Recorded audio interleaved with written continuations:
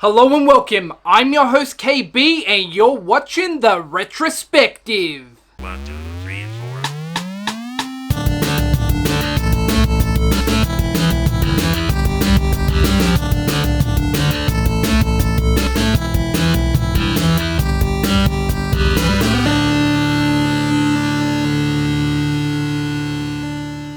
The Land Before Time property is pretty iconic, but unfortunately outside of the 1988 animated classic, The Land Before Time, everything pretty much goes downhill.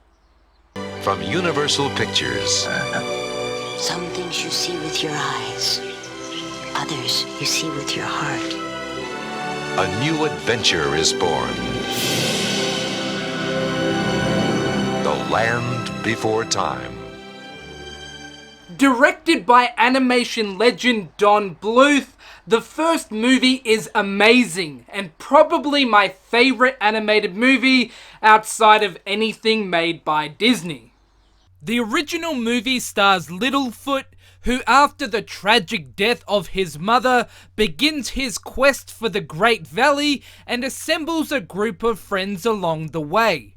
The movie features amazing animation, the story is compelling and heart-wrenching, and it has all the elements of making a classic.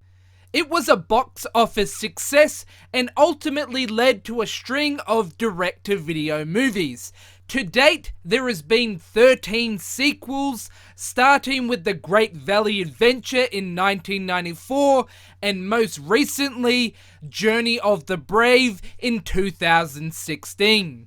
Now, admittedly, I haven't watched the bulk of these, but my understanding is that they vary in quality, with none of them matching that of the original film, which is fair enough, as they are direct-to-video, so don't have the budget or expectation behind them that a theatrical release would have.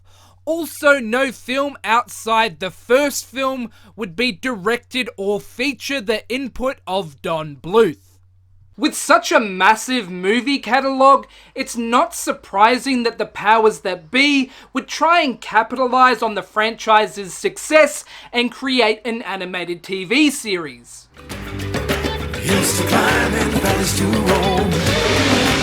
Oh, streams to follow all the way home. To the land before time. Before time. The biggest problem I see with the TV series was the timing of its release, as the show came out in 2007, some 19 years after the release of the original film and long after the property had its mainstream appeal.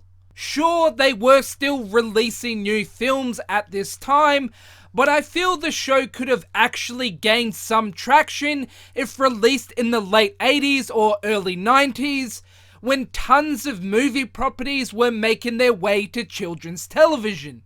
The reason I don't think the series made its way to air then was that the show had kind of already been made. And by that, I mean in the form of CBS's 1989 animated series, Dink the Little Dinosaur.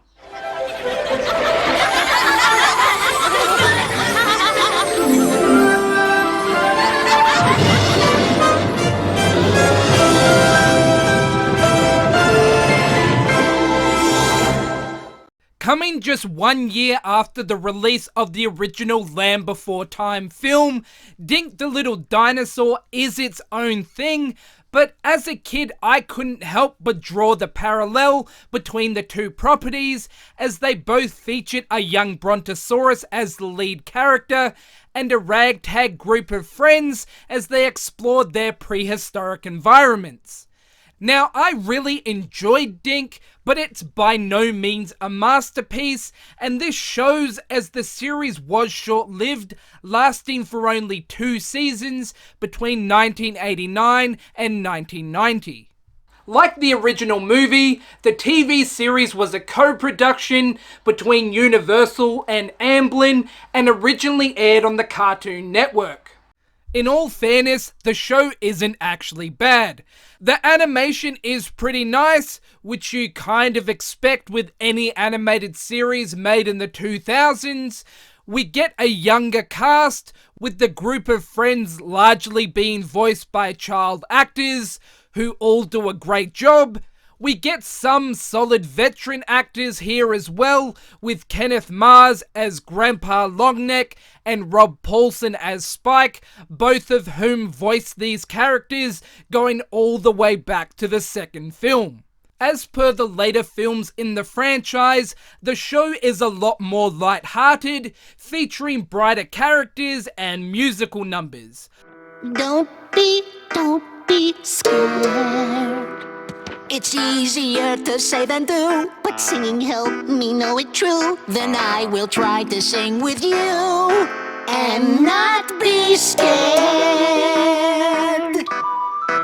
Rather than the unnamed Sharptooth we get in the original films, here we get a reoccurring protagonist in the form of a distinctive-looking Tyrannosaurus Rex named Redclaw. Personally, I would have liked to see more personality with Redclaw, rather than just this big roaring monster that is always after the gang. Now, I know this has been a tradition for previous Sharptooth, but in a series where all dinosaurs talk, it would have been fun to have some villainous dialogue from Redclaw himself. Not surprisingly, the show didn't fare too well and was cancelled after only one season.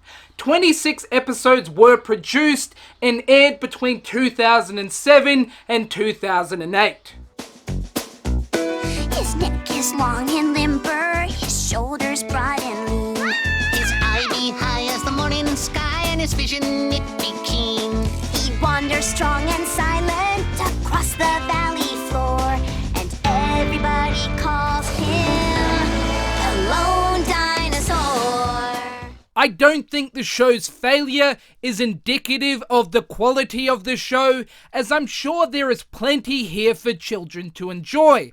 I think it's more a lack of capitalizing on the brand's popularity during its peak. The episodes have been released on DVD, at least at the time when the show was released, but are now all available on streaming platforms such as the official Land Before Time YouTube channel and Universal Kids. While the series isn't a must-see, with its ease of availability online, it's worth checking out if you're a massive fan of the Land Before Time franchise. To the land before time, before time. Once again, thank you very much for watching this episode.